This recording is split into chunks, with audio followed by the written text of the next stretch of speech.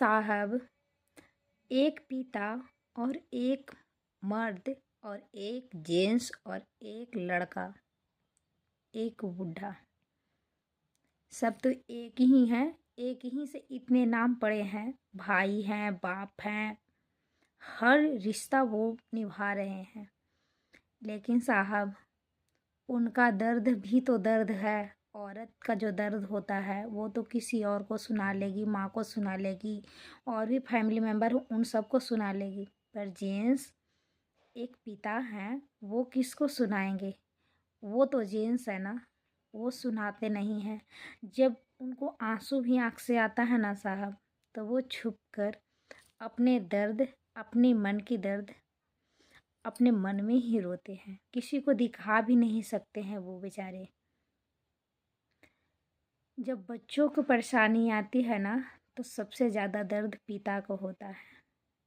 माँ तो 9 महीना कोख में रखी भी है, और पिता, उनको कमाते कमाते जूते फट गए, पर अपने लिए वो जूते नहीं लिए, अपने लिए कपड़े नहीं लिए कि ना हमारे बच्चे पहनेंगे, वो अच्छा लगेंगे तो मुझे अच्छा लगेगा।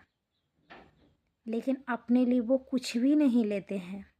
और वही बेटा जब बड़ा होता है तो अपने लिए तो उसके पिता भी खुश बहुत कुछ किए, और वो अपने पिता को जब आराम का टाइम आया तो बहुत कष्ट दिया। क्योंकि शादी हो गया ना साहब, अपने बीवी बच्चे के में उलझ गए। लेकिन ये तो नहीं सोचे कि जिस पिता हमारे लिए इतना मेहनत किए, वो बचपन से हमारे लिए इतना मेहनत किए, और फिर भी हम उनके लिए जब समय आया करने के लिए कुछ, तो नहीं कर पा रहे हैं। क्यों नहीं कर पा रहे हैं? क्योंकि आप भी एक दिन बुढ़ा होंगे और आपका भी यही पोजीशन आएगा जिस पोजीशन में अभी आप हैं ना। भगवान ना करे किसी को कष्ट आए साहब, लेकिन समय रहते अगर इंसान अगर सही रास्ता पर चल देना, तो ज़िंदगी में कष्ट कभी ना आए। क्योंकि उनको पता है कि गरीबताई क्या होता है। गरीबी आदमी को कहाँ से कहाँ लेकर चला जाता है।